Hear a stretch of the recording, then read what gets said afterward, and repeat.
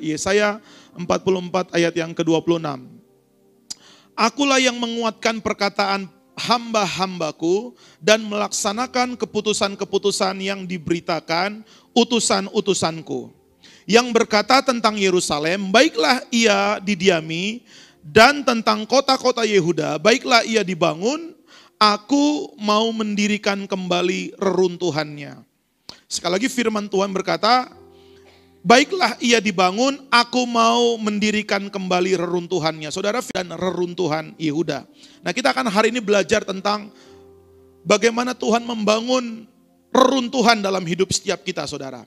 Nah, dalam kitab Yesaya ini dikatakan bahwa yang berkata tentang Yerusalem, baiklah ia didiami, dan tentang kota-kota Yehuda, baiklah ia dibangun, aku mau mendirikan kembali reruntuhannya. Nah, firman Tuhan ini dinubuatkan oleh Yesaya, menunjuk kepada kota Yerusalem yang nantinya akan mengalami kehancuran, saudara. Jadi Yesaya sedang menubuatkan tentang keberadaan kondisi kota Yerusalem.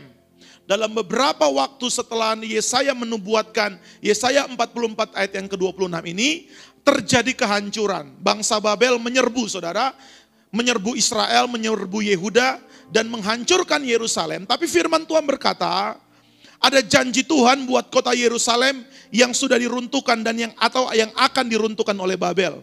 Nah, janjinya adalah bahwa Yehuda akan dibangun kembali dan Tuhan akan mendirikan kembali reruntuhannya. Jadi sekalipun sudah mengalami kehancuran, sekalipun sudah mengalami penindasan, saudara, tapi janji Tuhan kepada Yerusalem, Tuhan akan membangun kembali reruntuhannya. Nah, dalam perikop dari Yesaya 44 ayat yang ke-21 sampai 28 ini bicara tentang Tuhan penebus Israel.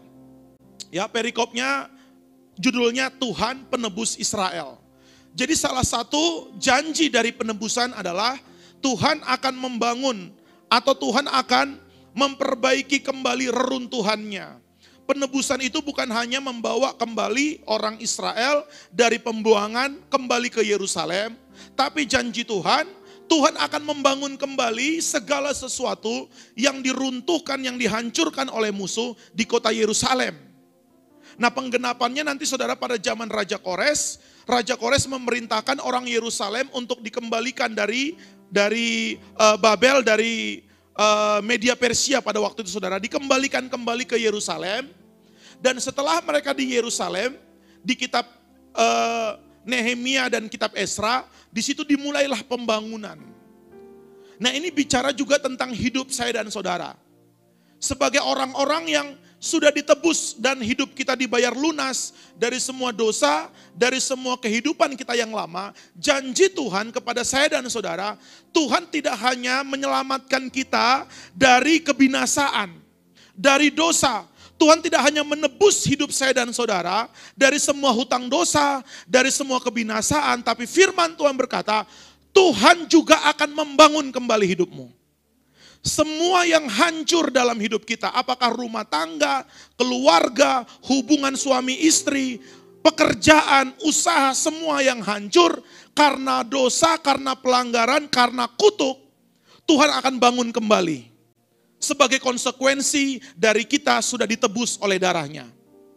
Jadi ini janji Tuhan buat setiap orang yang sudah ditebus. Dan saya percaya siang hari ini saudara yang hadir di tempat ini, kita adalah orang-orang yang sudah ditebus oleh darahnya. Dan saudara juga berhak untuk menerima janji untuk hidupmu dibangun kembali reruntuhannya. Nah, apa reruntuhan yang Tuhan mau bangun dalam hidup kita? Nah, dalam Yesaya 44 ayat yang ke-22, coba lihat dulu. Yesaya 44 ayat yang ke-22. Aku telah menghapus segala dosa pemberontakanmu seperti kabut, diterbangkan angin, dan segala dosamu seperti awan yang tertiup. Kembalilah kepadaku sebab aku telah menebus engkau. Sekali lagi Yesaya 44 ayat yang ke-22, firman Tuhan berkata, aku telah menebus segala dosa pemberontakanmu. Seperti kabut yang diterbangkan angin dan segala dosa seperti awan yang tertiup. Jadi Tuhan menggambarkan penebusan itu seperti kabut yang ditiup, saudara. Hilang. Nah, ini gambaran kita yang sudah ditebus dari segala dosa kita. Jadi ketika Tuhan menebus kita dari segala dosa kita, Tuhan tidak lagi mengingat-ingat pelanggaran-pelanggaran dan dosa kita di masa lalu. Kemudian dikatakan, kembalilah kepadaku sebab aku telah menebus engkau. Jadi sekali lagi saya sampaikan saudara, Yesaya 44 ayat yang ke-21 sampai 28 ini berbicara tentang Tuhan sebagai penebus Israel. Buat kita hari ini adalah gambaran Tuhan sebagai juru selamat kita yang sudah menebus kita dari segala dosa kita, dari segala pemberontakan kita, dari segala hidup kita yang lama. Dan Tuhan sudah mengerjakan itu dalam hidup saya dan saudara. Tapi ternyata penebusan itu tidak berhenti hanya dengan Tuhan menghapuskan segala dosa dan pemberontakan kita. Ternyata penebusan itu Tuhan lanjutkan kepada orang Israel. Tuhan berkata, Tuhan tidak hanya membawa mereka kembali ke Yerusalem dari pembuangan di Babel, tapi Tuhan berkata, aku akan mendirikan kembali reruntuhan di Yerusalem. Bait Allah yang runtuh dibangun kembali. Itu dilakukan di zaman kitab Hosea, saudara. Esra dan Hosea itu membangun, Esra dan Hagai itu membangun kembali bait Allah yang sudah diruntuhkan, dihancurkan oleh orang Babel. Nehemia membangun kembali tembok-tembok Yerusalem yang sudah runtuh. Jadi orang Israel tidak hanya dijanjikan untuk pulang kembali ke Yerusalem, tapi Yerusalem yang hancur pun akan dibangun kembali oleh Tuhan. Nah, untuk kita hari ini saudara, janji Tuhan buat saya dan saudara, Tuhan tidak hanya tebus kita dari segala dosa dan pemberontakan, tapi Tuhan juga pasti akan memulihkan hidup kita, keluarga kita, masa depan kita, pekerjaan kita, semua yang hancur dalam hidup kita akan dipulihkan kembali oleh Tuhan. Amin. Akan dibangun kembali. Jadi sebagai orang-orang pilihan Tuhan, saudara harus punya kerinduan dan punya pengharapan. Semua yang runtuh dan hancur dalam hidup kita, Tuhan sanggup dan bisa bangun kembali. Amin.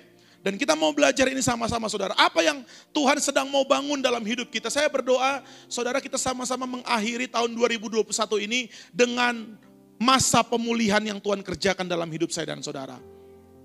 Nah, dalam kitab Imamat, kita lihat dulu dalam Imamat pasal 26 ayat yang ke-31.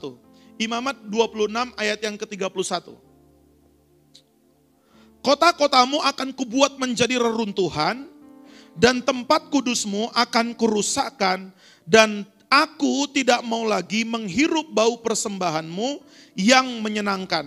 Sekali lagi saudara, firman Tuhan berkata, kota-kotamu akan kubuat menjadi reruntuhan dan tempat-tempat kudusmu akan kurusakkan dan aku tidak mau menghirup bau persembahanmu yang menyenangkan. Nah, Imamat pasal yang ke-26 ini bicara tentang berkat dan kutuk. Jadi ternyata saudara, reruntuhan yang terjadi dalam hidup orang-orang pilihan Tuhan, umat-umat pilihan Tuhan, itu bisa terjadi kenapa? Karena kutuk, karena orang-orang Israel, umat Tuhan, tidak sungguh-sungguh mendengarkan firman Tuhan. Ketika orang percaya tidak sungguh-sungguh mendengarkan perintah, nasihat, firman Tuhan, maka yang terjadi adalah mereka mengalami reruntuhan. Kota-kotanya menjadi reruntuhan, tempat kudusnya dirusakkan. Dan itu yang terjadi ketika kita hidup tidak mendengarkan perintah dan firman Tuhan. Nah, coba kita lihat dalam kitab 1 Raja-Raja pasal yang ke-9 ayat yang ke-8. 1 Raja-Raja pasal yang ke-9 ayat yang ke-8, saudara. Oke? Dan rumah ini akan menjadi reruntuhan, sehingga setiap orang yang lewat akan tertegun, bersuit dan berkata, apakah sebabnya Tuhan berbuat yang demikian kepada negeri ini dan kepada rumah ini? Ayat yang ke-9. Maka orang akan berkata, sebab mereka meninggalkan Tuhan, Allah mereka yang membawa nenek moyang mereka keluar dari tanah Mesir. Dan sebab mereka berpegang pada Allah lain dan sujud menyembah kepadanya dan beribadah kepadanya, itulah sebabnya Tuhan mendatangkan segala malapetaka ini ke atas mereka. Jadi ketika orang Israel meninggalkan Tuhan, ketika orang Israel menyembah berhala, ayat yang ke-8 berkata, rumah ini, rumah Allah, itu menjadi reruntuhan. Sehingga setiap orang yang lewat akan bersuit. Rumah Tuhan dipermalukan. Rumah Tuhan menjadi puing-puing kehancuran. Kenapa? Ayat yang ke-9 dikatakan, karena mereka meninggalkan Tuhan. Nenek moyang mereka Allah nenek moyang mereka yang telah membawa mereka keluar dari Mesir masuk ke tanah perjanjian. Jadi bicara tentang reruntuhan, bicara tentang kehancuran, bicara tentang kegagalan, bicara tentang segala kehancuran dalam hidup kita. Itu merupakan konsekuensi dari dosa dan kutuk. Tuhan tidak pernah merencanakan hidup saya dan saudara hancur. Sekali lagi saudara, Tuhan tidak pernah mendesain dan merencanakan apa yang Tuhan sudah berikan dalam hidup kita itu mengalami kehancuran. Ada orang berkata, ya keluargaku seperti ini karena rencana Tuhan mengalami kehancuran. Enggak. Tuhan tidak pernah merancangkan kehancuran. Ada orang berkata, iya aku gagal karena Tuhan buat aku gagal. Tuhan enggak pernah membuat saya dan saudara jadi orang gagal. Karena itu bukanlah sifat atau karakter Allah. Tuhan bukan pribadi yang sengaja membuat kita jadi orang gagal. Jadi reruntuhan, kehancuran itu adalah konsekuensi dari dosa, dari pelanggaran, dan konsekuensi dari orang-orang yang tidak mendengarkan firman, dan dari orang-orang yang telah meninggalkan Tuhan. Nah hari ini kalau kita sedang mengalami kehancuran dalam bagian-bagian dalam hidup kita, itu terjadi karena konsekuensi dari dosa, kutuk, karena kita tidak mendengarkan firman, atau karena kita sudah meninggalkan Tuhan. Kalau saudara baca di kitab Imamat pasal yang ke-26, ketika orang Israel mendengar dan memperhatikan firman, maka Tuhan pasti akan buat pemulihan. Tuhan akan mengerjakan sesuatu yang luar biasa dalam hidup umatnya. Tapi setiap kali orang percaya umat pilihan Tuhan meninggalkan Tuhan, tidak mendengarkan firman, maka selalu kehancuran, kegagalan, kekalahan, reruntuhan itu akan selalu menjadi konsekuensi dari orang-orang yang tidak mendengarkan firman Tuhan dan meninggalkan penyembahan yang benar kepada Tuhan. Jadi kalau hari ini kita mengalami kehancuran, kegagalan, kekalahan dalam hidup kita, mungkin itu karena kita sudah tidak lagi mendengarkan firman, atau karena hati kita tidak lagi menyembah Tuhan dengan sepenuh hati. Ada berhala-berhala, ada penyembahan yang lain, dan karena kecemburuan hati Tuhan, maka Tuhan luaskan, Tuhan biarkan reruntuhan terjadi dalam hidup orang-orang percaya. Tuhan tidak pernah merencanakan kita menjadi orang-orang yang gagal, saudara. Percayalah. Firman Tuhan berkata kita ini adalah orang-orang yang menang, bahkan lebih dari pemenang.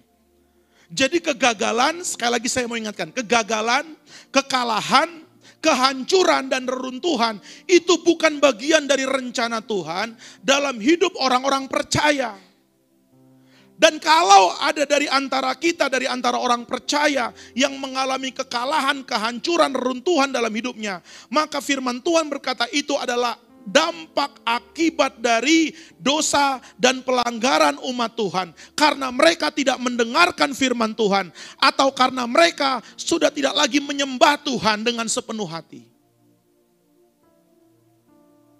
Saya berdoa biar saudara kita di akhir tahun 2021 ini mengalami pemulihan yang daripada Tuhan. Semua reruntuhan itu, kata firman Tuhan, akan dibangun kembali ketika umat Tuhan mau dipulihkan oleh Tuhan. Dan saya berdoa biar Tuhan mulai memulihkan seluruh aspek-aspek dalam hidup kita. Nah, Mazmur pasal 127 ayat yang pertama, lihat saudara. Kita akan mulai bagaimana Tuhan membangun kembali hidup saya dan saudara. Ada banyak saudara, mungkin hidup kita hari ini yang kita alamin, yang kita terima, itu dampak dari dosa-dosa dan pelanggaran kita di masa lalu. Apakah dosa pribadi kita, apakah dosa nenek moyang kita, apakah dosa orang tua kita. Saya pernah sampaikan saudara, ada seorang hamba Tuhan yang menulis sebuah buku namanya Kutuk Keturunan, mematahkan kutuk keturunan. Dia membuat sebuah survei dari 2 garis keturunan. Yang pertama garis keturunan seorang narapidana di Amerika tahun 1700-an, saya lupa siapa namanya. Tahun 1700-an ada seorang narapidana yang ditangkap, dimasukkan ke dalam penjara. Setelah berapa ratus tahun kemudian diselidiki garis keturunan dari orang yang narapidana ini. Dan ternyata setelah tahun di era tahun 1900-an, setelah diselidiki dari keturunan seorang penjahat ini, dia melahirkan atau dia menurunkan ratusan orang, mungkin sekitar 300 sampai 400 keturunan saudara. Dari 300 sampai 400 keturunan itu, sebagian besar keturunannya itu mati di penjara. Sebagian lagi jadi pelacur yang perempuan. Sebagian lagi itu jadi pemabuk. Sebagian lagi masuk rehabilitasi. Dan itu di survei itu dikatakan total kerugian dari sebuah keturunan, garis keturunan itu menghasilkan miliaran rupiah. Bayangkan saudara, satu orang berdosa itu menurunkan ratusan orang-orang yang gagal, yang terkutuk dalam hidupnya. Nah kemudian dia buat survei lagi, seorang hamba Tuhan bernama Jonathan Edwards saudara. Tahun 1700-an dia menjadi seorang hamba Tuhan yang membawa kegerakan Tuhan di Amerika. Diambil garis keturunannya dan diselidiki sampai tahun 1900-an ada berapa orang garis keturunannya. Setelah diturunkan saudara, setelah diselidiki ada sekitar 500-an anak yang dilahirkan, keturunan yang dilahirkan dari Jonathan Edwards. Dan di data itu dituliskan saudara, beberapa menjadi menteri, menjadi wakil presiden, beberapa menjadi rektor, sebagian besar lulus S1. Dan tidak ada satupun dari keturunannya yang merugikan negara Amerika. Jadi ternyata saudara, orang-orang yang hidup dalam kutuk, orang-orang yang hidup dalam dosa, orang-orang yang hidup dalam kegagalan, dalam runtuhan, itu adalah konsekuensi dari segala dosa, pelanggaran, dan pemberontakan-pemberontakan. Apakah itu kita yang lakukan, atau itu diturunkan dari nenek moyang kita. Sehingga hidup kita hari ini seolah-olah menjadi reruntuhan. Banyak orang gak bisa membangun dalam hidupnya. Bangun sedikit, hancur lagi. Bangun sedikit, hancur lagi. Bangun rumah tangga, hancur lagi. Bangun pekerjaan, hancur lagi. Bangun usaha, gagal lagi. Sehingga kita tidak pernah bisa menghasilkan sebuah bangunan yang utuh dalam hidup kita. Kita gak pernah bisa melihat sesuatu yang indah, yang mempermuliakan nama Tuhan terjadi dalam hidup saya dan saudara. Dan padahal firman Tuhan berkata, janji Tuhan kepada setiap kita, umat-umat yang sudah ditebus oleh Tuhan. Firman Tuhan berkata, aku akan membangun kembali reruntuhannya. Dan saya berdoa saudara, biar kita bisa menikmati apa yang menjadi bagian dan jatah kita. Nah dalam Mazmur 127 ayat yang pertama dikatakan, nyanyian Ziarah Salomo. Jikalau bukan Tuhan yang membangun rumah, sia-sialah usaha orang yang membangunnya. Jikalau bukan Tuhan yang mengawal kota, sia-sialah pengawal berjaga-jaga. Saudara, firman Tuhan berkata, semua usaha, semua pekerjaan, apapun itu, semua rumah tangga, semua usaha manusia yang dibangun di luar Tuhan, satu saat akan hancur, akan sia-sia. Nah kita akan lihat saudara 2 contoh di Alkitab. Bagaimana manusia berusaha membangun sesuatu di luar Tuhan. Dalam kitab Kejadian pasal yang ke-10 ayat yang ke-9. Kejadian pasal yang ke-10 ayat yang ke-9. Ayat yang ke-8 dulu, ayat yang ke-9, kita dari ayat yang ke-9 aja. Ia seorang pemburu yang gagah perkasa di hadapan Tuhan, sebab itu dikatakan orang seperti Nimrod, seorang pemburu yang gagah perkasa di hadapan Tuhan. Jadi dari keturunan Ham, dilahirkan seorang yang bernama Nimrod. Nah dikatakan Nimrod ini adalah orang yang gagah perkasa di hadapan Tuhan. Ayat yang ke-10. Ayat yang ke-10, mula-mula kerajaannya terdiri dari Babel, Erek, dan Akad. Semuanya di tanah Sinear. Jadi Nimrod adalah orang pertama yang berkuasa dan kerajaannya bernama Babel. Babel itu termasuk wilayah kekuasaan dari Nimrod. Nah, siapa Nimrod? Dikatakan ayat yang ke-9, Nimrod ini dikenal sebagai orang yang gagah perkasa di hadapan Tuhan. Orang yang kuat, orang yang memiliki kemampuan, memiliki kekuatan. Sehingga apa akibatnya saudara? Karena Nimrod ini merasa dirinya kuat dan dia merasa bisa membangun sesuatu yang besar, maka di tempat di daerah kekuasaannya yaitu Babel, di dalam Kejadian 11 ayat yang keempat, kita lompat ke ayat 11 ayat yang keempat. Kejadian pasal yang ke-11 ayat yang keempat. Juga kata mereka, marilah kita dirikan bagi kita sebuah kota dengan sebuah menara yang puncaknya sampai ke langit. Dan marilah kita cari nama supaya kita jangan terserak ke seluruh bumi. Jadi Nimrod ini saudara mengumpulkan orang-orang yang hidup di bumi pada waktu itu. Jadi Nimrod ini keturunan dari Ham. Siapa Ham? Ham adalah orang yang dikutuki oleh Nuh. Pada waktu Nuh dan keluarganya mereka selamat dari bahtera, satu kali Nuh tanpa sengaja dia menanam anggur. Saudara, dia petani anggur pertama, tanpa dia sengaja setelah anggurnya dia peras, dia jadikan air minuman. Jadi Nuh sebelumnya nggak tahu kalau anggur itu memabukkan. Jadi Nuh minum anggur bukan karena dia pengen pesta pora, bukan. Mungkin tester saudara ya, pengen coba-coba. Karena nenek moyangnya Nuh nggak ada satupun yang nanam anggur. Dia orang pertama. Jadi bereksperimen dia minum anggur. Sampai akhirnya dia baru sadar, oh ternyata anggur memabukkan. Ketika dia mabuk, dia telanjang. Dan pada waktu Ham anaknya datang, melihat bapaknya telanjang, dia menceritakan ketelanjangan orang tuanya kepada dua saudaranya. Ya, dia kepada Sem dan kepada Yafet dia menceritakan, bapak telanjang. Dan kemudian dua saudaranya ini akhirnya datang dan mereka tidak berani melihat ketelanjangan orang tuanya, mereka berjalan mundur sambil membawa kain dan menutupi ketelanjangan bapaknya sendiri. Jadi Ham dikutuki oleh Nuh, saudara. Nah, keturunan dari Ham, keturunan dari orang yang terkutuk ini bernama Nimrod salah satunya. Nah, Nimrodlah orang yang pertama kali berkuasa di bumi dan di kota Babel dia membangun sebuah menara. Dan firman Tuhan berkata, mereka merencanakan membangun sebuah menara yang puncaknya sampai ke langit. Jadi ini orang yang punya proyek yang besar. Bayangkan di zaman dahulu belum ada gedung-gedung pencangkar langit, dia sudah punya visi untuk membangun sebuah bangunan, sebuah menara sampai menyentuh langit. Ini orang luar biasa saudara ya, sangat percaya diri.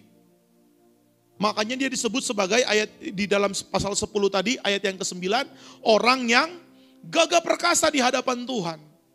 Orang yang kuat, orang yang sombong, orang yang angkuh, orang yang merasa serba bisa di hadapan Tuhan. Dan sebagai konsekuensinya dia bangun sebuah menara. Ayat yang ke-8 dalam Kejadian pasal yang ke-11, ayat yang ke-8 kita lihat. Kejadian 11 ayat yang ke-8, demikianlah mereka diserakkan Tuhan dari situ ke seluruh bumi dan mereka berhenti mendirikan kota itu. Nah ternyata ketika Tuhan melihat manusia mulai membangun sesuatu di luar Tuhan, orang-orang terkutuk ini yang masih belum mengenal Tuhan dan tidak punya rasa takut akan Tuhan, ketika mereka mencoba untuk membangun sesuatu, mereka ingin membangun sebuah menara yang tingginya sampai ke langit, Tuhan berkata, maka Tuhan turun dan menghentikan pembangunan itu. Dan muncullah nama Babel yang artinya kekacauan. Jadi Tuhan mengacaukan pembangunan yang dilakukan oleh manusia-manusia yang tidak memiliki hubungan dengan Tuhan. Jadi Nimrod ini keturunan orang yang dikutuki. Dan Nimrod bukanlah orang yang takut akan Tuhan. Gagah perkasa itu artinya orang yang sombong. Orang yang angkuh di hadapan Tuhan. Nah saudara, sekarang kita lihat di Wahyu pasal yang ke-18. Wahyu pasal 18 ayat yang kedua. Wahyu 18 ayat yang kedua, Dan ia berseru dengan suara yang kuat katanya, sudah rubuh Babel kota besar itu, dan ia telah menjadi tempat kediaman roh-roh jahat, dan tempat bersembunyi semua roh najis, dan tempat bersembunyi segala burung yang najis dan yang dibenci. Saudara, kalau di kitab Kejadian pasal yang ke-10 dan pasal yang ke-11, di awal-awal peradaban manusia mencoba untuk membangun sesuatu yang megah, yang besar tanpa melibatkan Tuhan. Dan Tuhan hentikan, Tuhan kacaukan mereka. Manusia di akhir zaman mengulangi kesalahan yang sama lagi. Ternyata Babel dibangun lagi di kitab Wahyu. Manusia mulai mendirikan lagi kota yang besar yang bernama Babel.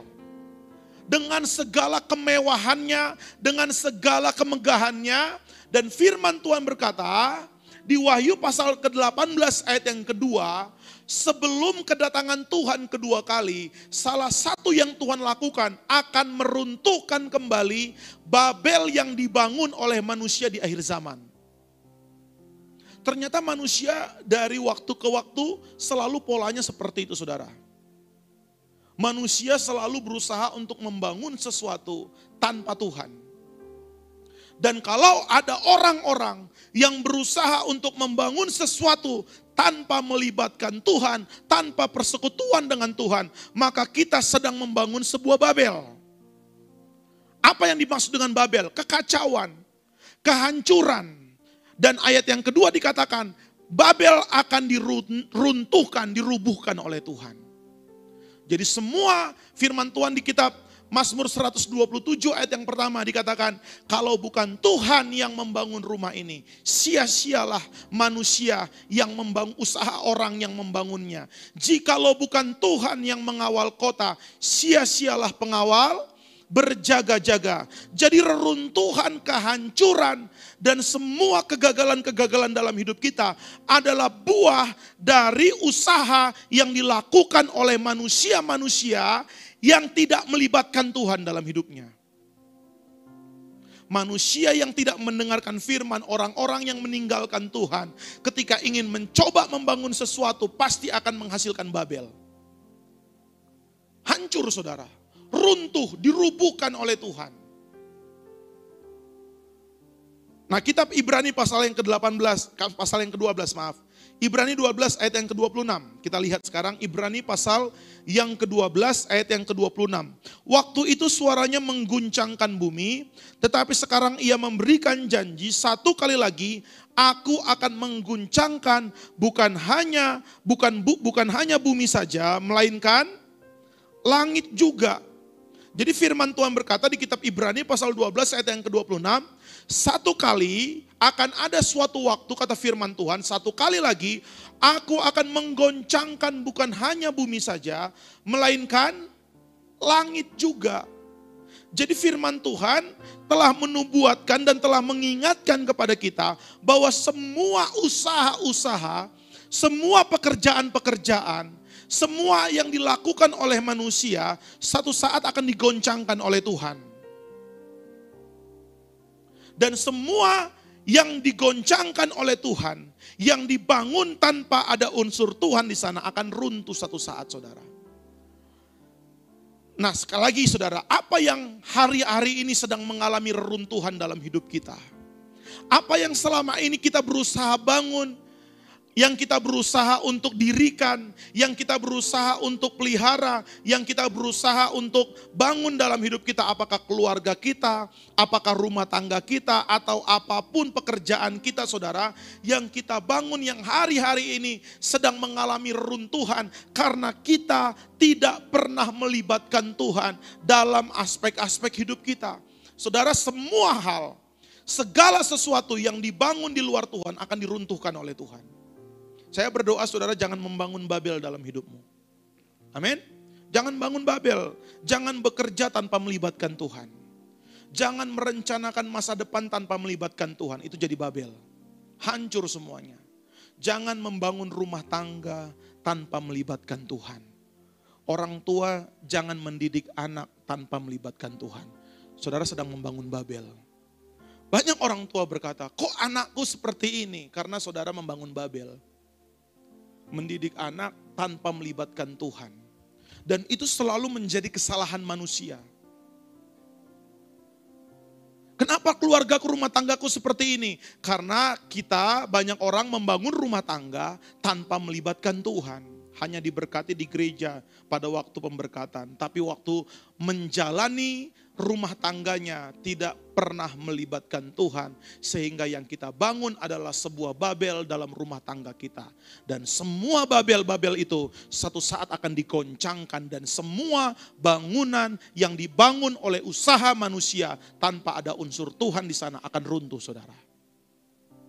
Makanya anak-anak sekolah, anak-anak muda, jangan bangun masa depan, jangan menentukan, merencanakan hari esok, masa depan tanpa melibatkan Tuhan. Mau sekolah di mana, mau kuliah di mana, mau kerja di mana, kita harus belajar untuk melibatkan Tuhan dalam segala sesuatunya. Amin, saudara. Nah, sekali lagi, dalam sejarah manusia dari kitab Kejadian sampai Wahyu, selalu manusia mengulangi kesalahan yang sama terus. Membangun Babel-Babel dalam hidupnya. Dengan kekuatannya berusaha untuk membangun sesuatu yang besar. Dengan kekuatan lahirianya berusaha untuk mencari dan menciptakan sesuatu yang bisa dikagumi orang lain. Dan itu gak akan pernah bertahan lama, saudara. Dan firman Tuhan berkata, nanti pun akhir zaman, percayalah saudara, semua yang dibangun oleh manusia akan diruntuhkan oleh Tuhan. Karena firman Tuhan berkata, satu kali lagi Tuhan akan menggoncangkan segala sesuatunya. Tuhan akan meruntuhkan segala sesuatunya. Nah, dalam kitab Wahyu pasal yang ke-6 ayat yang ke-15, coba lihat. Wahyu pasal yang ke-6 ayat yang ke-15. Dan raja-raja di bumi dan pembesar-pembesar dan perwira-perwira dan orang-orang kaya serta orang-orang berkuasa dan semua budak serta orang merdeka bersembunyi ke dalam goa-goa dan celah-celah batu karang di gunung. Ayat yang ke-16, dan mereka berkata kepada gunung-gunung dan kepada batu-batu karang itu, runtuhlah menimpa kami dan sembunyikanlah kami terhadap Dia yang duduk di atas tahta dan terhadap murka anak domba itu. Jadi saudara, ini ada orang-orang yang mereka sampai berkata, saudara, pada akhir zaman mereka berkata, runtuhlah menimpa kami. Sembunyikan kami terhadap Dia. Jadi reruntuhan itu bukan hanya Tuhan lakukan, Tuhan buat kepada orang-orang yang membangun sesuatu di luar Tuhan. Orang-orang nanti, saudara, pada waktu akhir zaman, orang-orang justru akan meminta dan berkata, runtuhlah menimpa kami. Kenapa? Karena mereka tahu, mereka sadar mereka sudah membangun sesuatu yang di luar Tuhan. Nah, kita sekarang lihat, saudara, saya sampaikan minggu lalu tentang bagaimana kita bisa membangun mesbah dalam hidup kita. Nah, saudara, sekali lagi firman Tuhan berkata dalam Mazmur 127 ayat yang pertama, jika bukan Tuhan yang membangun rumah, sia-sialah orang yang membangunnya. Jikalau bukan Tuhan yang mengawal kota, sia-sialah pengawal berjaga-jaga. Sekali lagi saudara, saya ingatkan, segala sesuatu yang dibangun di luar Tuhan, suatu saat akan diruntuhkan oleh Tuhan. Dan akan ada orang-orang yang akan berkata, runtuhlah menimpa kami. Jadi orang-orang bukan hanya diruntuhkan oleh Tuhan, bahkan ada orang-orang di akhir zaman yang mengejar dan mencari keruntuhan itu. Kenapa saudara bisa seperti itu? Nah, kita dalam Keluaran, coba kita lihat minggu lalu yang saya sampaikan, saudara. Dalam Keluaran pasal yang ke-20 ayat yang ke-24. Keluaran pasal yang ke-20 ayat yang ke-24. Kau buatlah bagiku mesbah dari tanah dan persembahkanlah di atasnya korban bakaranmu dan korban keselamatanmu, kambing dombamu dan lembu sapimu pada setiap tempat yang kutentukan menjadi tempat peringatan bagi namaku. Aku akan datang kepadamu dan memberkati engkau. Sekali lagi, ini perintah Tuhan kepada orang Israel. Saudara, orang Israel itu beribadah seharusnya hanya di satu tempat, di Yerusalem. Bait Allah itu cuma satu, tadi pagi Bapak Gembala sampaikan. Orang Israel itu punya sinagog-sinagog. Di Indonesia Ada sinagog di Surabaya, saudara. Jadi sinagog itu seperti tempat ibadah tapi di luar bait Allah. Kalau bait Allah itu tempat ibadah utama mereka. Tapi di kota-kota di tempat mereka tinggal itu ada sinagog-sinagog, tempat ibadah kecil. Nah di perjanjian lama Tuhan berkata kepada orang Israel supaya mereka membangun atau mendirikan satu tempat ibadah. Dan di tempat ibadah itu dibangun sebuah mezbah, dibuat sebuah mezbah untuk mereka bisa mempersembahkan korban. Dan orang Israel dilarang menciptakan atau membuat mezbah-mezbah, tandingan di luar mezbah yang ada di Yerusalem. Satu kali kalau saudara ingat di Alkitab, satu kali ketika Yerobeam memisahkan diri dari Rehabeam, maka karena dia takut orang Israel akan pergi ke Yerusalem beribadah, dia buat mezbah yang palsu di Samaria, saudara. Dan orang-orang menyembah ke sana. Dan itu ternyata membuat Tuhan murka kepada Yerobeam. Kenapa? Karena dia membuat mezbah yang tidak diperintahkan oleh Tuhan. Nah tapi ada yang berbeda di Keluaran pasal yang ke-20 ayat yang ke-24. Sekalipun Tuhan berkata kepada orang Israel supaya mereka hanya membangun satu mezbah dan beribadah di satu tempat. Tapi dalam Keluaran 20 ayat yang ke-24 Tuhan berkata, buatlah mezbah bagiku dari tanah dan persembahkanlah korban bakaranmu dan korban keselamatanmu dan kambing dombamu dan lembu sapimu. Nah di mana mezbah ini dibangun? Firman Tuhan berkata, mezbah dari tanah itu bisa dibangun di setiap tempat yang kutentukan menjadi tempat peringatan bagi namaku. Jadi mezbah yang terbuat dari tanah ini bisa dibuat di luar Yerusalem.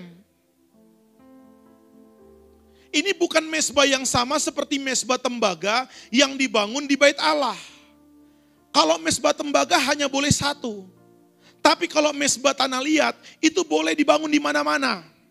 Di tempat di mana Tuhan berkata akan menjadi tempat peringatan. Nah saya sampaikan minggu lalu saudara, kalau saudara hadir minggu lalu, apa yang dimaksud dengan mezbah yang dibuat dari tanah. Dalam kitab Kejadian pasal yang pertama dikatakan, ayat yang ke-12 ya kalau nggak salah, bahwa tanah akan menghasilkan buah-buahan yang berbiji. Tanah itu menumbuhkan tunas-tunas muda, segala jenis tumbuh-tumbuhan yang berbiji, dan segala jenis pohon-pohonan yang menghasilkan buah-buahan yang berbiji. Jadi tanah adalah gambaran dari sesuatu yang menghasilkan rejeki dan makanan bagi manusia. Sejak awal untuk itulah Tuhan menciptakan tanah. Jadi kalau di kitab Keluaran dikatakan bangunlah mezbah dari tanah, ini berbicara mengenai ibadah yang kita lakukan di tempat di mana kita mencari rejeki. Pekerjaan saudara apa? Ibu rumah tangga. Bangun mezbah di situ. Apa pekerjaan saudara? Petani. Itulah tanahmu. Bangunlah mezbah di situ. Apa yang dimaksud dengan membangun mezbah dari tanah di tempat yang telah kutentukan? Artinya saudara, pekerjaan yang kita kerjakan hari ini, setiap hari, bukan hanya sekedar pekerjaan aktivitas lahiriah. Tapi kita harus menjadikan pekerjaan kita sebagai tempat kita mempermuliakan Tuhan. Makanya saudara, kita harus bisa menghancurkan pola pikir. Banyak orang berpikir, oh ini sekuler, ini pekerjaan, ini ibadah. Orang seringkali membedakan dan orang seringkali memisahkan mana yang rohani, mana yang lahiriah. Padahal Tuhan berkata, di tempat di mana kuperintahkan, kutetapkan engkau berada di sana, bangunlah mezbah dari tanah liat. Saudara, kita tidak boleh memisahkan antara pekerjaan dengan ibadah. Oh aku sekuler, pengerja full time. Aku enggak mengurus hal-hal rohani. Pengerja-pengerja yang ngurus hal-hal rohani. Enggak ada seperti itu saudara. Semua kita adalah orang-orang yang harus membangun mezbah dari tanah liat di tempat di mana Tuhan tetapkan kita untuk menghasilkan rejeki. Jadi ibadah, hal-hal rohani, hubungan dengan Tuhan, itu bukan hanya bicara saudara datang ke gereja, beribadah dan membangun mezbah di sini, bukan. Orang Israel tidak perlu lagi menunggu harus ke Yerusalem membawa korban dan mempersembahkan korban di atas mezbah tembaga. Tuhan berkata, bangun mezbah dari tanah liat. Di tempat di mana kita bekerja, kita bisa menghadirkan Tuhan. Amin. Nah, apa hubungannya dengan kita membangun reruntuhan, saudara? Ternyata ini, saudara. Kenapa firman Tuhan berkata, jika bukan Tuhan yang membangun rumah, sia-sialah orang yang membangunnya. Apa hubungannya itu dengan membangun mezbah? Kalau kita ingin melihat semua reruntuhan dalam hidup kita, ini bisa dipulihkan oleh Tuhan.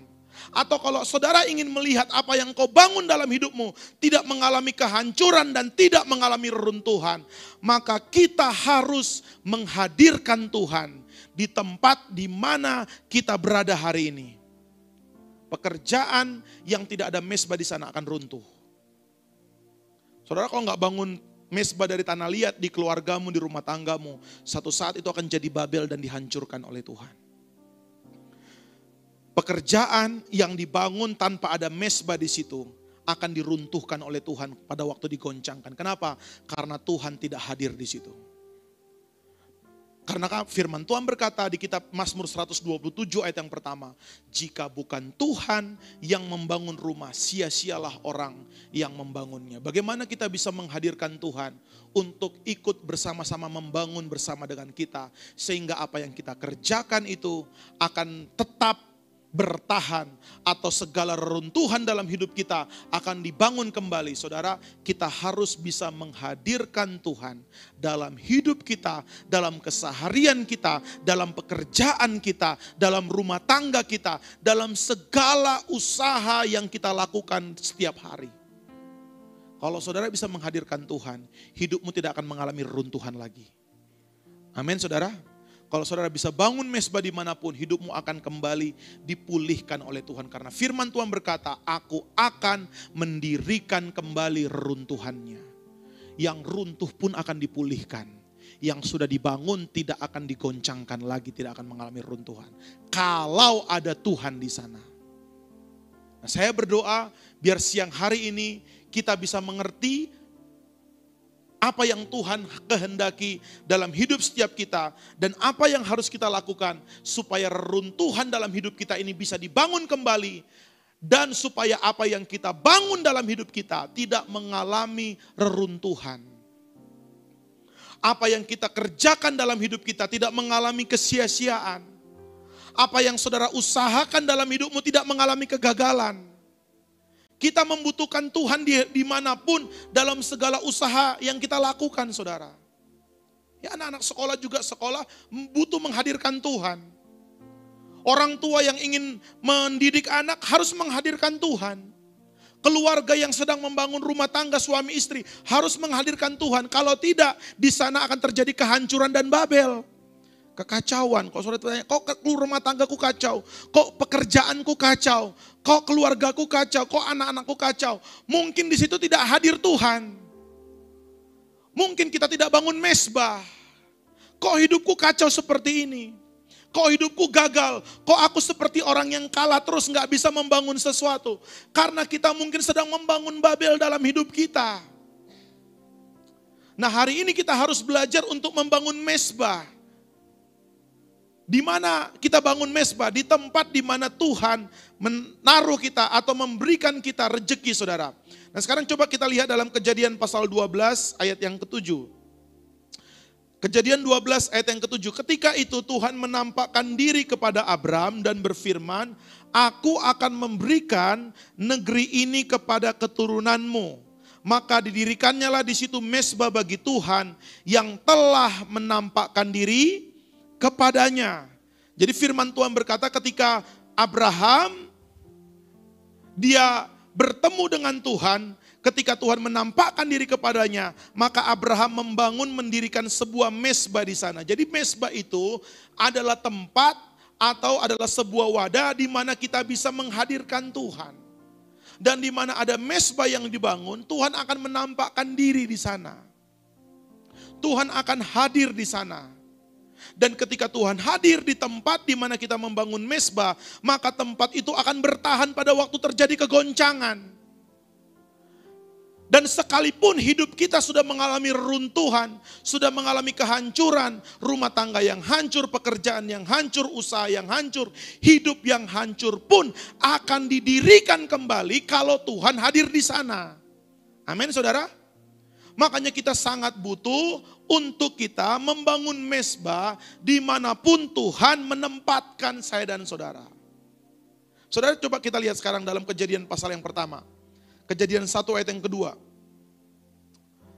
Kitab Kejadian 1 ayat yang kedua. Bumi belum berbentuk dan kosong, gelap gulita menutupi samudera raya, dan roh Allah melayang-layang di atas permukaan air. Saudara, dalam kitab Kejadian 1 ayat yang kedua ini, dikatakan bumi belum berbentuk dan kosong. Artinya dalam bahasa aslinya bumi sedang mengalami kekacauan. Jadi kata belum berbentuk dan kosong itu bukan belum berbentuk abstrak gitu, bukan saudara. Belum berbentuk dan kosong itu artinya sesuatu yang bagus tapi dirusak dan dikacaukan. Jadi bukan berarti kalau misalnya saudara, saudara misalnya ada tanah liat, saudara mau bentuk sebuah tanah liat dari tanah yang masih tanah biasa, kemudian saudara mulai bentuk mau bikin ciptakan patung. Nah, itu namanya belum berbentuk. Tapi yang dimaksud di sini belum berbentuk bukan sesuatu yang mau dibuat, tapi belum ada bentuknya. Tidak seperti itu.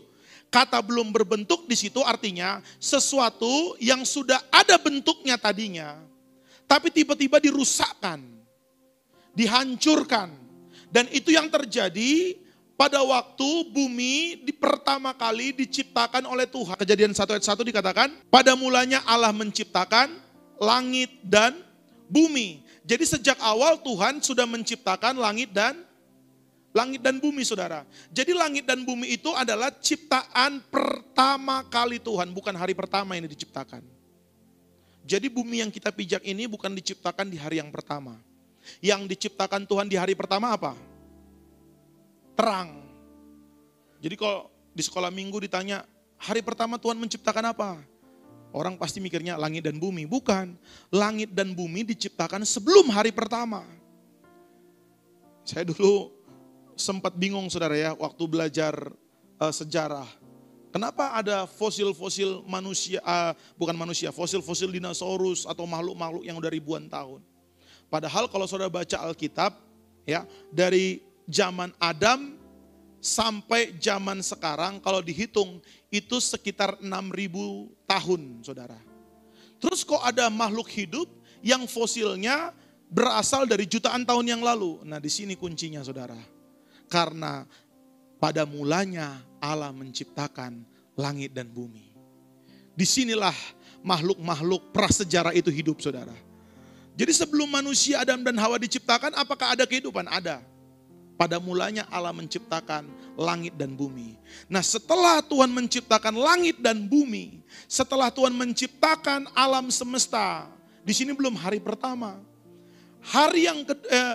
Ayat yang kedua coba lihat dikatakan, setelah Tuhan menciptakan langit dan bumi, maka iblis, Lucifer yang dibuang dari sorga karena memberontak terhadap Tuhan, itu mengacaukan semua yang Tuhan sudah ciptakan. Kalau saudara baca kitab Kejadian dari pasal yang ketiga sampai Tuhan menciptakan manusia, setiap kali Tuhan menciptakan selalu diakhiri dengan, maka Allah melihat semuanya baik. Jadi Tuhan tidak pernah menciptakan sesuatu yang tidak baik. Amin, saudara. Nah, kalau Kejadian pasal yang pertama ayat yang kedua, bumi bisa mengalami kekacauan dan berantakan bumi, saudara, itu pasti bukan pekerjaan Tuhan.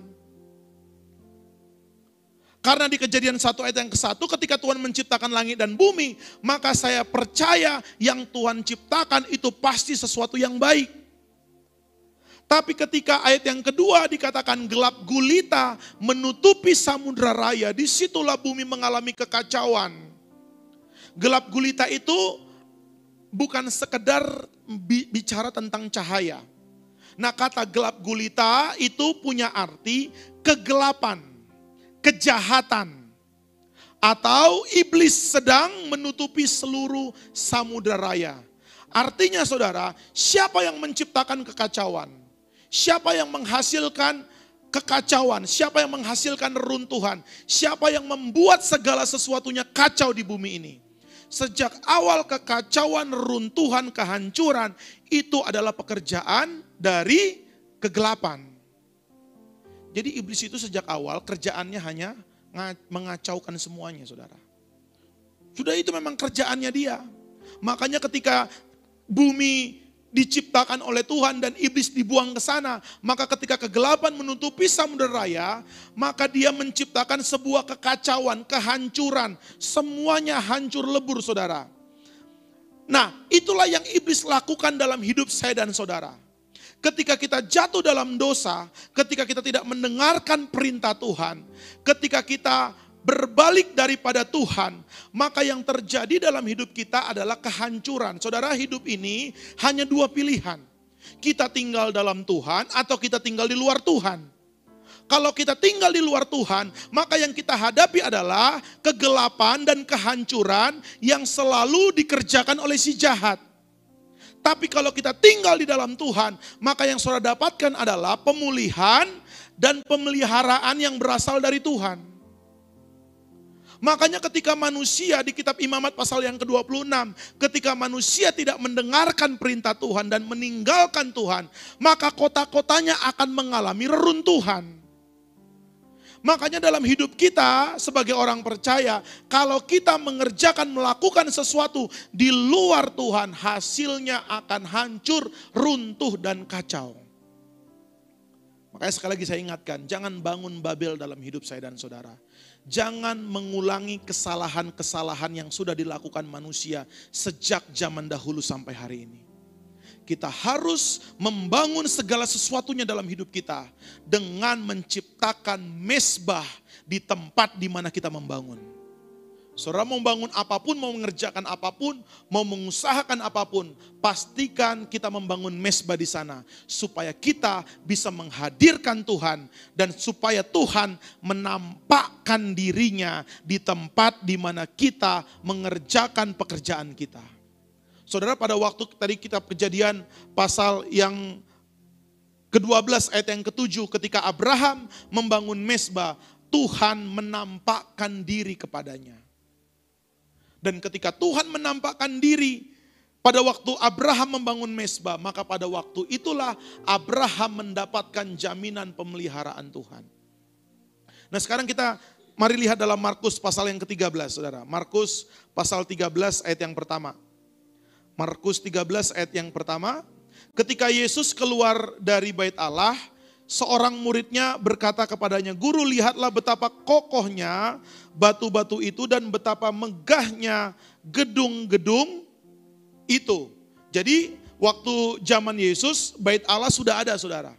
Ini bukan bait Allah Salomo, ini bait Allah yang kedua. Jadi pada waktu murid-murid melihat bangunan bait Allah, mereka berkata kepada Yesus, "Yesus, lihat bangunan itu. Betapa kokohnya, betapa kuatnya batu-batu itu, betapa megahnya gedung-gedung itu." Kemudian apa kata Yesus kepada murid-muridnya? Ayat yang kedua. Lalu Yesus berkata kepadanya, "Kau lihat gedung-gedung yang hebat ini, tidak satu pun akan dibiarkan terletak di atas batu yang lain, semuanya akan diruntuhkan." Jadi Tuhan berkata, Yesus berkata kepada murid-muridnya, bait Allah itu, bangunan yang megah itu akan mengalami keruntuhan. Kenapa? Karena Tuhan tidak hadir di sana. Karena bait Allah itu sudah dinajiskan. Disitulah orang berjual beli. Disitulah orang berdagang. Tidak ada lagi korban, tidak ada lagi ibadah di sana. Sehingga Tuhan berkata di sana, Tuhan berkata kepada murid-muridnya bahwa bangunan yang megah itu, batu-batu yang megah itu akan diruntuhkan. Tidak ada satupun yang akan dibiarkan terletak di atas batu yang lain. Semuanya akan diruntuhkan. Kalau saudara baca dalam Lukas 21 ayat yang kelima, coba lihat Lukas pasal yang ke-21 ayat yang kelima. Ini cerita yang sama, saudara. Tapi di kitab Lukas dikatakan ketika beberapa orang berbicara tentang bait Allah dan mengagumi bangunan itu yang dihiasi dengan batu yang indah-indah dan dengan berbagai-bagai barang persembahan, berkatalah Yesus. Jadi Yesus mengatakan kata yang sama bahwa tidak akan ada satu batu yang berdiri di atas batu yang lainnya. Nah saudara, di sini dikatakan dalam Lukas pasal yang ke-21 ayat yang ke-5 bahwa bangunan bait Allah itu dihiasi dengan batu-batu yang indah-indah. Jadi semua yang kokoh kelihatannya, semua yang megah kelihatannya, semua yang terlihat mewah, terlihat megah, terlihat luar biasa, kalau tidak ada Tuhan di sana, suatu saat akan diruntuhkan oleh Tuhan. Jangan kita terjebak dengan apa yang terlihat dengan mata lahiriah kita. Nah, seringkali kita sebagai orang percaya, kita memikirkan, kita terkagum-kagum, kita berusaha untuk membangun sesuatu yang hanya terlihat megah di luar. Bait Allah yang dibangun di kitab Markus, di perjanjian baru ini, saudara, di kitab, di Injil ini adalah bait Allah, bangunan yang kokoh, bangunan yang kuat. Tapi nggak ada Tuhan di sana. Bahkan di kitab Lukas dikatakan bangunan itu bukan hanya kuat, bukan hanya megah, tapi dihiasi dengan batu-batu yang indah-indah. Tapi firman Tuhan berkata, seberapa kuat pun, seberapa megah pun, dan seberapa indah pun bangunan itu, kalau tidak ada Tuhan di sana, satu saat akan diruntuhkan oleh Tuhan. Kenapa? Karena Tuhan gak hadir di sana. Jadi kehadiran Tuhan itu menentukan apakah hidup saudara dan saya itu mengalami kehancuran, runtuhan, atau hidup kita akan dipulihkan dan didirikan kembali. Yang menentukan itu apakah Tuhan hadir atau tidak. Kalau hari ini kita berusaha membangun sesuatu yang kuat dalam hidup kita, membangun sesuatu yang megah dalam hidup kita, seberapa hebat pun dan seberapa kuat pun itu, kalau tidak ada Tuhan di sana, satu saat akan diruntuhkan oleh Tuhan. Makanya jangan terjebak, jangan kita tergiur untuk membangun sesuatu yang hanya terlihat kuat di mata manusia. Saudara, saya pernah mungkin cerita saudara ya. Saudara kalau ingat beberapa tahun yang lalu ada di TV ya, ada motivator yang sangat terkenal ya di Metro TV hampir setiap minggu itu ya, namanya Mario Teguh. Salam super katanya, ya kan saudara? Salam super. Wah, saya dulu kadang-kadang kalau pas hari Minggu saya ingat tuh ya acaranya itu, dia setiap kali acara TV saya kadang-kadang suka nonton, walaupun saya nggak ngikutin tapi saya nonton. Saudara kalau mengikuti acara itu, saudara abis nonton kayak jadi orang super pasti. Salamnya udah salam super, ya kan? Orang yang lemah pun jadi semangat kan gitu. Namanya juga motivator. Dia diundang kemana-mana saudara. Perusahaan-perusahaan undang dia, perusahaan-perusahaan besar. Untuk apa? Untuk memberikan kekuatan kepada orang-orang. Selalu kan itu sapaannya. Salam super. Ya. Dan selalu dia akan memberikan solusi-solusi. Kalau ada masalah apapun. Saya dulu jujur saudara, saya ngikutin dia, saya langsung sampai minder. Aduh Tuhan. Pendeta aja gak bisa ngomong sebagus ini. Ya kan? Pendeta aja gak bisa memberikan harapan sedahsyat ini. Bahkan dia kadang-kadang suka kasih testimoni, kesaksian orang-orang yang hidupnya tadinya putus asa, tidak punya semangat. Setelah ikut seminar salam supernya itu jadi bersemangat. Kerjaannya jadi luar biasa. Makanya perusahaan-perusahaan banyak mengundang dia supaya apa? Supaya perusahaan itu menjadi perusahaan yang kuat. Orang-orangnya semua bersemangat. Sampai satu kali orang ini kena sebuah kasus masalah rumah tangga. Hidupnya hancur dalam waktu sekejap. Kenapa? Karena kalau bukan Tuhan yang membangun rumah, sia-sialah orang yang membangunnya. Semua bangunan, semua hidup yang dibangun di luar Tuhan, hanya sekejap saja Tuhan bisa runtuhkan. Nah, sering kali tanpa kita sadari, kita tertipu dengan tipuan iblis untuk kita membangun segala sesuatu dalam hidup kita tanpa melibatkan dan menghadirkan Tuhan di sana. Orang tua suka lupa menghadirkan Tuhan waktu mendidik anak. Mikirnya hanya sekolah yang membuat anak-anak sukses. Benar nggak orang tua? Ya benar nggak? Harus sekolah di sini anakku biar berhasil. Harus sekolah di sana, harus kuliah. Tujuannya apa? Supaya berhasil.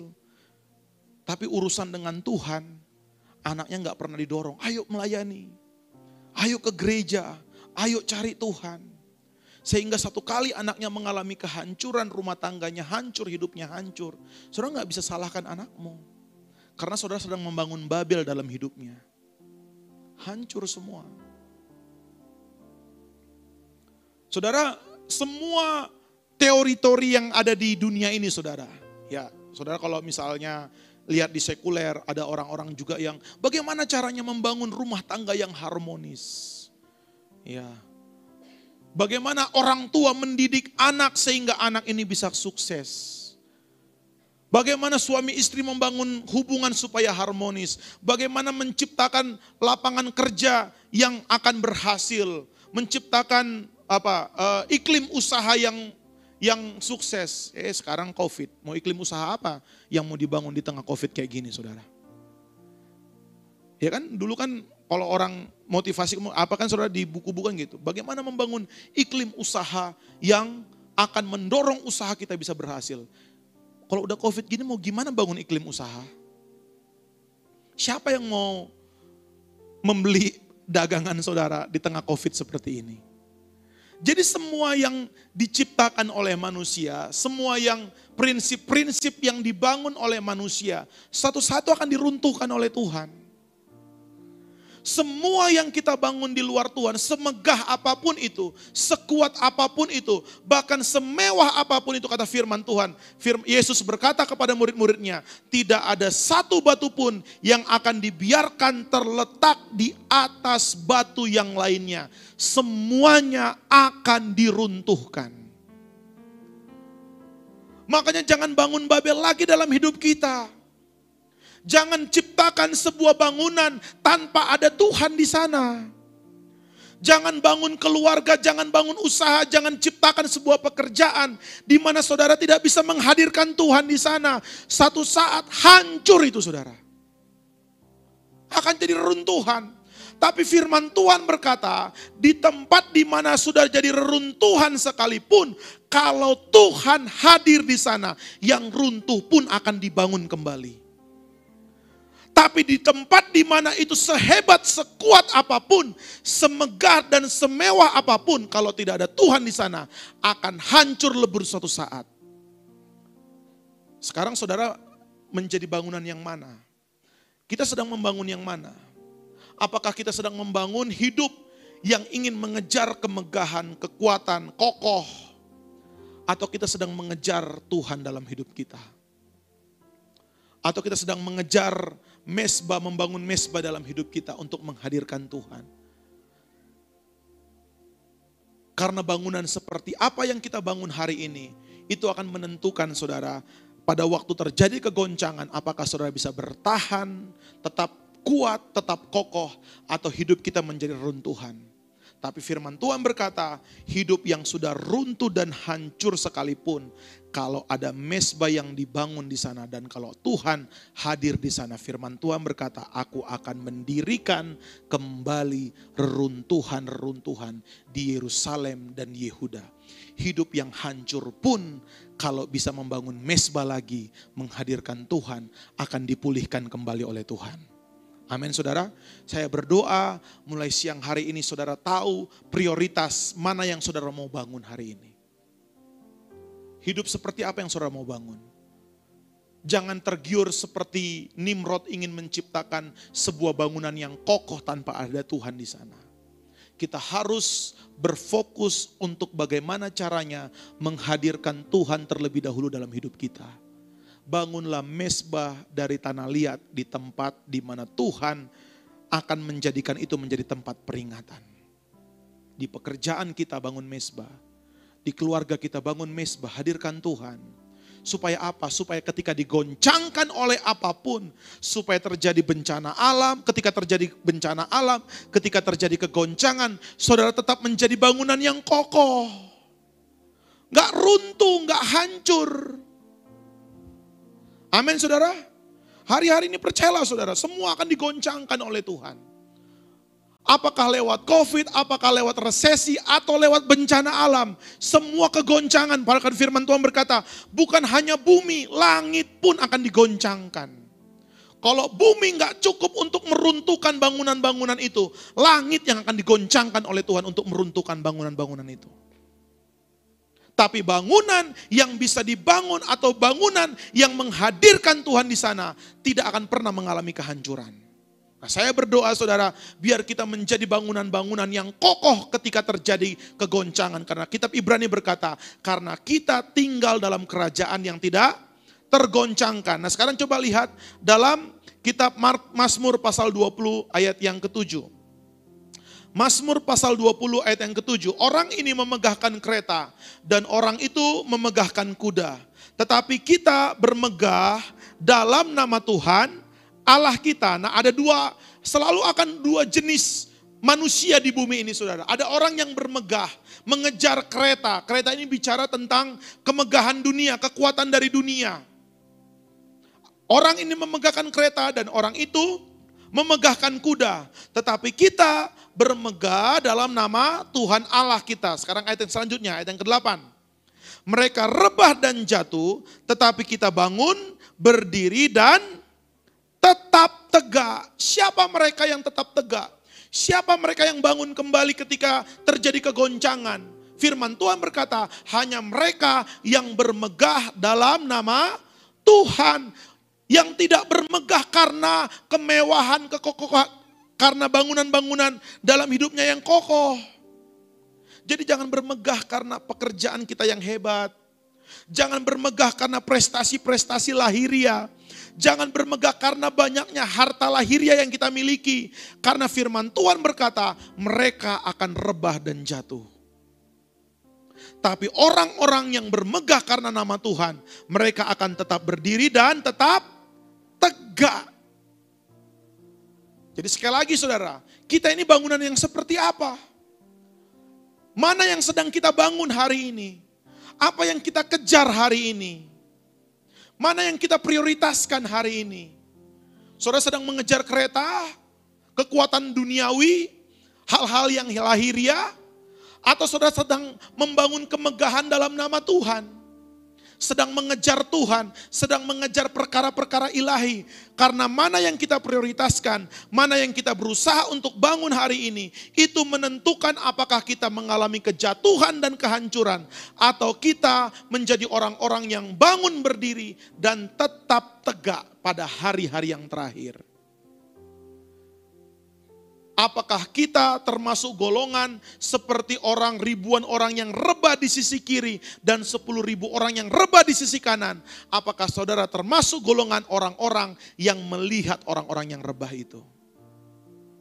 Tergantung apa yang kita bangun hari ini. Tergantung mana yang saudara kejar hari ini. Kalau saudara hanya mengejar apa yang kokoh menurut mata manusia, kalau kita hanya mengejar apa yang mewah menurut pikiran manusia, suatu saat saudara akan runtuh dan rebah. Tapi kalau kita mengejar kemegahan dalam nama Tuhan, kita akan berdiri tegak. Dan kita akan, kata firman Tuhan, kita akan bangun berdiri dan tetap tegak dalam Tuhan. Yeskiel pasal yang ke-36 ayat yang ke-33 saudara. Coba lihat, Yeskiel bagaimana dan kapan Tuhan akan membangun hidup kita kembali. Yeskiel pasal 36 ayat 33. Beginilah firman Tuhan Allah, pada hari aku mentahirkan kamu dari segala kesalahanmu, aku akan membuat kota-kota didiami lagi, dan runtuhan akan dibangun kembali. Sekali lagi firman Tuhan berkata, pada hari aku mentahirkan kamu dari segala kesalahanmu, aku akan membuat kota-kota didiami lagi dan reruntuhan akan dibangun kembali. Kapan itu terjadi saudara? Kapan Tuhan akan membangun kembali hidup kita? Pada waktu Tuhan mentahirkan kita dari segala dosa-dosa dan pelanggaran kita. Kita lompat ayat yang ke-34. Tanah yang sudah lama tinggal tandus akan dikerjakan kembali, supaya jangan lagi tetap tandus di hadapan semua orang yang lintas daripadamu. Sebaliknya mereka akan berkata, tanah ini sudah lama tinggal tandus menjadi seperti Taman Eden. Dan kota-kota yang sudah runtuh, sunyi, sepi dan musnah, sekarang didiami dan menjadi kubu. Ayat yang ke-36. Dan bangsa-bangsa yang tertinggal yang ada di sekitarmu akan mengetahui bahwa akulah Tuhan yang membangun kembali yang sudah musnah dan menanami kembali yang sudah tandus. Aku Tuhan mengatakannya dan akan membuatnya. Nah, Yeskiel pasal yang ke-36 mengatakan kepada kita di ayat yang ke-36 bahwa Tuhan akan kembali membangun yang sudah musnah dan menanami kembali yang sudah tandus. Dikatakan di ayat yang ke-34, tanah yang tinggal tandus, atau di ayat yang ke-35 saudara, tanah yang sudah lama tinggal tandus sekarang berubah menjadi Taman Eden. Kota yang runtuh sekarang sudah menjadi kota yang didiami, kota yang menjadi kubu. Kenapa? Karena Tuhan sudah mentahirkan. Jadi ketika Tuhan mentahirkan, ketika Tuhan hadir akan terjadi pemulihan yang daripada Tuhan. Nggak akan ada lagi runtuhan. Nggak akan ada lagi kekalahan dalam hidup kita saudara. Tidak akan ada lagi kegagalan dalam hidup kita. Kenapa? Karena firman Tuhan berkata, sekalipun tanah itu sudah tandus, sekalipun kering, sekalipun tidak ada harapan. Tapi kalau Tuhan hadir, mentahirkan, memulihkan, maka firman Tuhan berkata, Tuhan tidak hanya menghapuskan dosa, tapi Tuhan juga akan memulihkan tanah yang tandus, berubah menjadi Taman Eden. Di Taman Eden manusia tidak perlu bersusah-susah untuk menghasilkan makanan. Firman Tuhan berkata di Taman Eden, apapun yang dibutuhkan oleh manusia tersedia di sana. Ini bicara tentang pemeliharaan Tuhan dalam hidup saya dan saudara. Ketika kita bisa menciptakan hubungan yang harmonis dengan Tuhan, hidup kita ditahirkan oleh Tuhan, hidup kita dibaharui secara roh, hati kita dipulihkan oleh Tuhan, maka firman Tuhan berkata pemulihan itu tidak hanya terjadi dalam hidup kita, dalam hati kita, tapi tanah kita, pekerjaan kita, hidup keseharian kita akan dipulihkan juga oleh Tuhan. Saudara, ini janji Tuhan. Jangan biarkan iblis membuat kita percaya keadaan kita hari ini adalah rencana Tuhan. Kalau kita sekarang ini misalnya saudara sedang mengalami kegagalan, sedang mengalami runtuhan, oh itu karena memang kehendak Tuhan. Enggak seperti itu. Tuhan tidak pernah merencanakan atau merancangkan reruntuhan dalam hidup kita. Tuhan tidak pernah merancangkan kegagalan dan kekalahan dalam hidup kita. Firman Tuhan berkata, yang tandus pun akan jadi Taman Eden. Kota yang runtuh bisa menjadi kota yang berkubu. Kalau Tuhan hadir di sana dan kalau Tuhan mentahirkan kita dari segala dosa kita. Jadi penebusan akan selalu beriring-iringan dengan pemulihan hidup. Saudara, saya berdoa saudara, setiap kita rindu hidup kita ini dipulihkan oleh Tuhan. Amin. Kita harus rindu hidup kita ini bukan hanya hati kita yang akan Tuhan pulihkan saudara. Tapi keseluruhan aspek dalam hidup kita ini akan dipulihkan oleh Tuhan. Kalau hati kita sudah ditahirkan, kalau hidup kita sudah dikuduskan, kalau Tuhan sudah menjadi penebus dalam hidup kita, maka semua yang tandus pun akan berubah menjadi Taman Eden. Dan semua kehancuran dalam hidup kita yang sunyi sepi, yang runtuh pun akan menjadi kota yang didiami dan menjadi tembok-tembok yang berkubu. Kalau Tuhan hadir dalam hidup saya dan saudara. Makanya hari-hari ini, ayo di hari-hari yang terakhir ini, kita harus mengejar pribadi Tuhan sebagai penebus yang mentahirkan kita, yang membersihkan kita. Dan Tuhan juga yang akan memulihkan hidup saya dan saudara. Jangan puas hanya sampai di sini saudara. Tuhan belum selesai dengan hidup saya dan saudara. Amin. Tuhan belum selesai dengan hidup kita saudara. Kalau hari ini kita masih melihat ada banyak reruntuhan dalam hidup kita. Rumah tangga kita belum dipulihkan. Keluarga kita belum dipulihkan. Pekerjaan kita belum dipulihkan. Maka kita harus mengejar bagaimana caranya kita bisa menghadirkan Tuhan yang akan membangun kembali dan memulihkan kembali hidup saya dan saudara. Di mana Tuhan hadir, tanah tandus bisa berubah menjadi Taman Eden. Di mana Tuhan hadir, kota yang runtuh bisa berubah menjadi kota yang berkubu. Kalau memang Tuhan hadir dalam hidup saya dan saudara, maka Tuhan akan menghasilkan bukan hanya hati dan hidup kita dipulihkan. Pekerjaanmu pun pasti dipulihkan. Keluargamu pun pasti dipulihkan. Anak-anak kita pun pasti dipulihkan oleh Tuhan. Dan itulah kerinduan hati Tuhan, saudara. Itu kerinduan hati Tuhan. Dan itu adalah karakter Tuhan. Dia adalah Tuhan yang memulihkan. Dia adalah Tuhan yang membangun kembali yang hancur menjadi sesuatu yang pulih, yang utuh.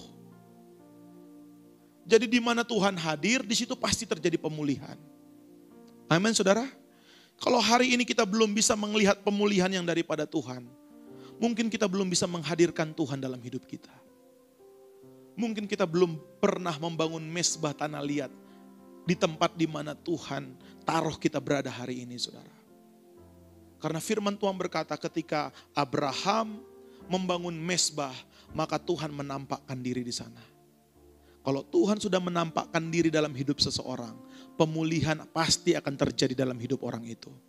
Setandus apapun, sekering apapun, segagal apapun, sehancur apapun hidup orang, kalau Tuhan hadir di sana, hidup orang itu pasti dipulihkan.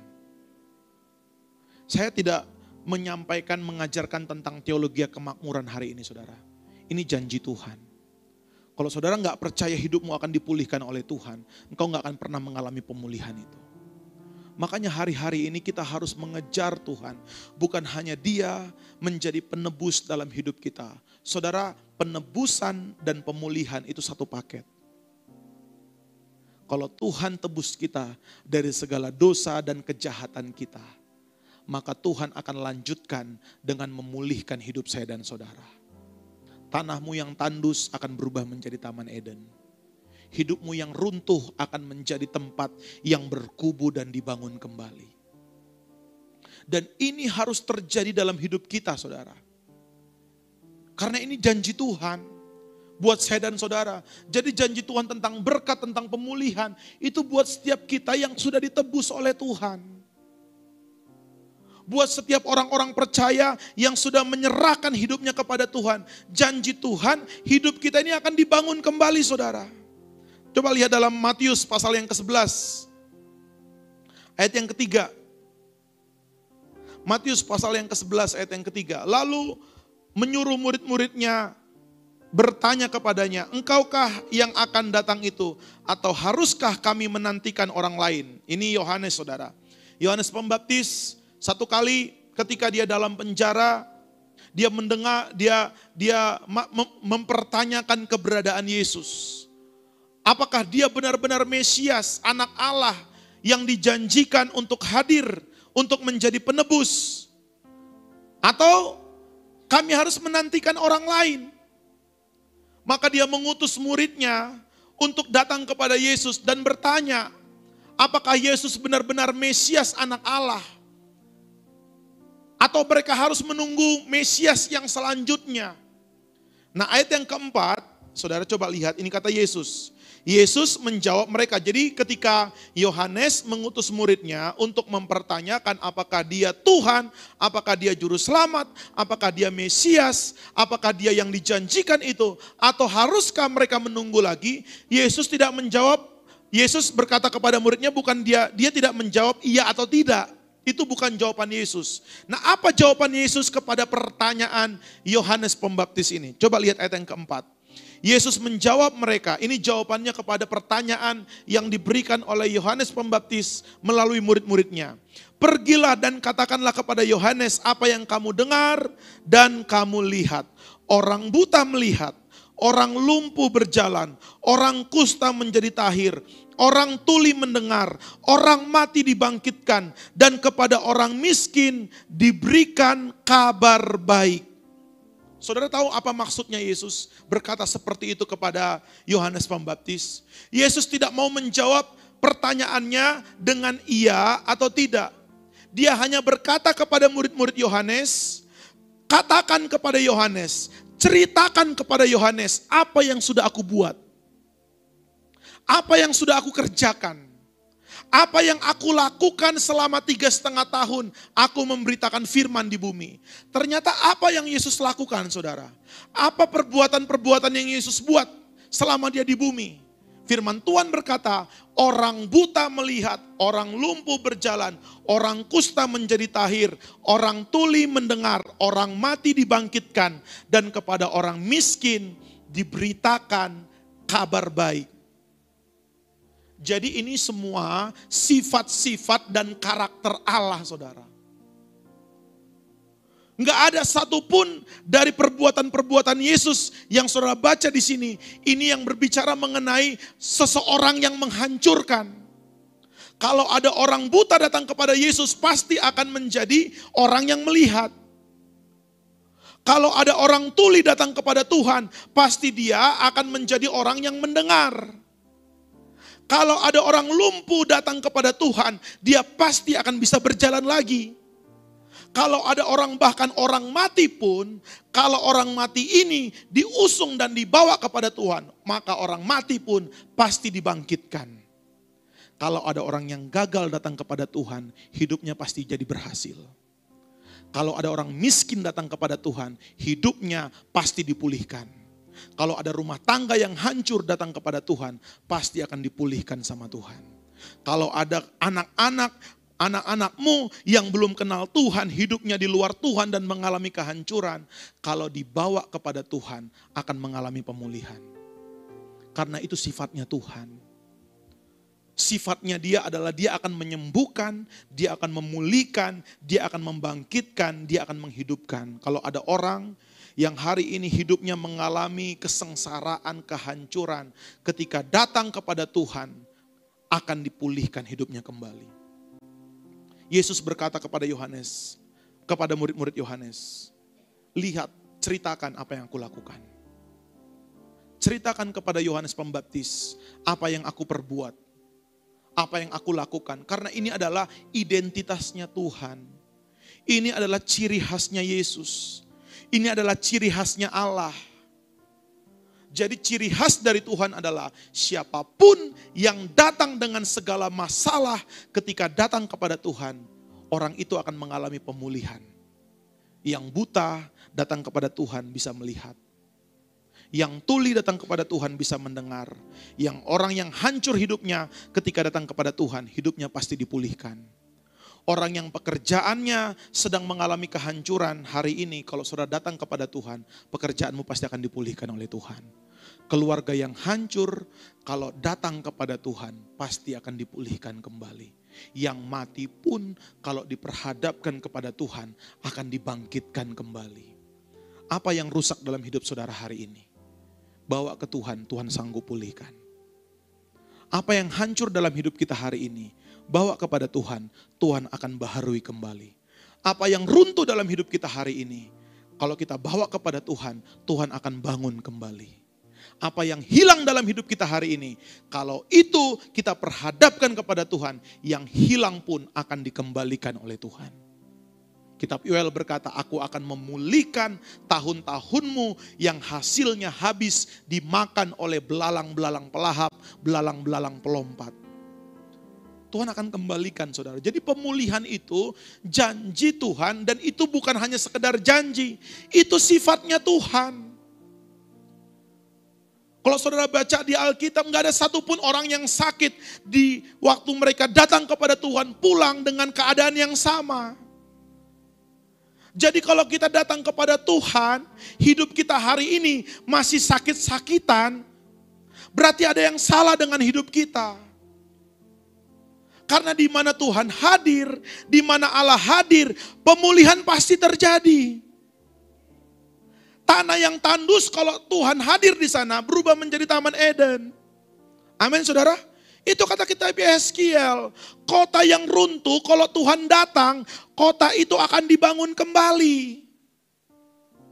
Makanya kalau hidup kita hari ini masih seperti kota yang runtuh, masih mengalami kehancuran, berarti Tuhan belum hadir dalam hidup kita. Makanya ayo kejar bagaimana menghadirkan Tuhan. Jangan sibuk untuk membangun sesuatu yang lahiriah terus. Jangan sibuk hanya mengejar kereta, mengejar kuda, mengejar kemewahan.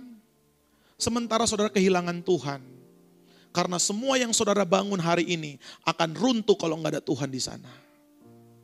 Tapi kalau hari ini hidupmu sudah runtuh sekalipun, engkau bisa hadirkan Tuhan yang runtuh pun sanggup dipulihkan oleh Tuhan. Saya berdoa hari ini saudara di akhir tahun 2001 ini kerinduan saya. Tuhan pulihkan kami jemaat Zaitun. Bukan hanya di roh, tapi tubuh, jiwa dan roh dipulihkan oleh Tuhan. Saya rindu lihat rumah tangga jemaat Zaitun dipulihkan kembali oleh Tuhan. Saya rindu melihat setiap kita dalam ekonomi pekerjaan kita mengalami pemulihan daripada Tuhan. Saya rindu melihat keluarga-keluarga kita dipulihkan kembali. Kenapa? Karena itu sifatnya Tuhan. Saudara tahu maksudnya sifatnya Tuhan? Itu karakternya Tuhan, itu ciri khasnya Tuhan. Jadi kalau apa yang menjadi ciri khas, menjadi karakter, menjadi identitas Allah, belum terwujud dalam hidup kita. Mungkin karena Tuhan belum hadir dalam hidup kita. Kenapa Tuhan belum hadir? Karena mungkin mesbah tanah liat itu belum kita bangun dalam hidup kita. Karena saudara hanya membangun mesbah kalau beribadah di hari Minggu. Di rumah bangun mesbah enggak? Apakah ada mesbah tanah liat di tempat di mana kita tinggal hari ini? Saudara bangun setiap hari. Kalau kita belum mengalami apa yang terjadi di kitab Matius tadi saudara, yang Yesus di Matius pasal yang ke-11 ayat yang ketiga tadi, ayat yang kelima tadi saudara, orang buta melihat, orang lumpuh berjalan, orang kusta menjadi tahir, yang tuli mendengar, yang mati dibangkitkan, yang miskin akan mendapatkan kabar baik. Apa kabar baik buat orang miskin saudara? Oh kamu sembuh? Bukan. Orang miskin tuh gak butuh kesembuhan. Orang sakit butuh sembuh. Menurut saudara kabar baik buat orang miskin apa? Apa kabar baik buat orang miskin? Ini kadang-kadang kita harus dikasih pertanyaan supaya mengerti bahasa Alkitab. Kabar baik buat orang sakit apa? Sembuh. Kabar baik buat orang miskin apa? Iyalah, saudara malu-malu jawabnya. Diberkati, itu kabar baiknya. Kabar baik buat orang yang tertawan apa? Kamu bebas. Jadi kalau ada orang miskin kabar baiknya apa? Kamu akan diperkaya, kamu akan diberkati. Dan itu sifatnya Yesus. Itulah pekerjaan Yesus. Dan kalau hari ini kabar baik itu belum sampai kepada saudara, mungkin Yesusnya pun belum nyampe dalam hidup kita. Bagaimana? Kok belum sampai Pak? Ya mungkin karena mesbah tanah liat itu kita hanya bangun di gereja. Jadi sekali lagi saya sampaikan saudara, saya tadi yang saya sampaikan. Orang Israel ada dua jenis mesbah yang Tuhan perintahkan. Yang pertama adalah mesbah tembaga yang dibangun di bait Allah. Hanya itu satu-satunya mesbah tembaga yang boleh dibangun, dibuat oleh orang Israel. Kalau ada mesbah tembaga yang lain, itu adalah penyembahan berhala. Tapi di kitab Keluaran dikatakan ada satu mesbah yang mereka harus bangun di tempat di mana Tuhan akan menjadikan tempat peringatan. Yaitu mesbah yang dibangun dari tanah liat. Artinya dalam pekerjaan, dalam kehidupan sehari-hari, di tanah, di tempat di mana menghasilkan makanan dan rejeki dalam hidup kita, kita bisa bangun mesbah di sana. Dan harus bangun mesbah di sana supaya apa? Supaya Tuhan menampakkan diri seperti Tuhan menampakkan diri kepada Abraham. Ngapain Tuhan menampakkan diri? Supaya yang terjadi dalam Matius pasal yang ke-11 ayat yang ke-5 tadi terjadi dalam hidup kita. Kalau Tuhan sudah menampakkan diri, kalau Yesus sudah hadir, kalau Tuhan sudah berkenan untuk hadir dalam hidup kita, maka apa yang Yesus lakukan dalam kitab Matius pasal yang ke-11 ayat yang ke-5, Tuhan juga akan lakukan dalam hidup saudara hari ini. Amin saudara. Saudara rindu lihat pemulihan yang daripada Tuhan? Hadirkan Tuhan. Biarkan, bangun sebuah mesbah supaya Tuhan bisa menampakkan diri. Jangan sibuk terus cari ini, bangun sana, mengumpulkan kereta, cari kuda.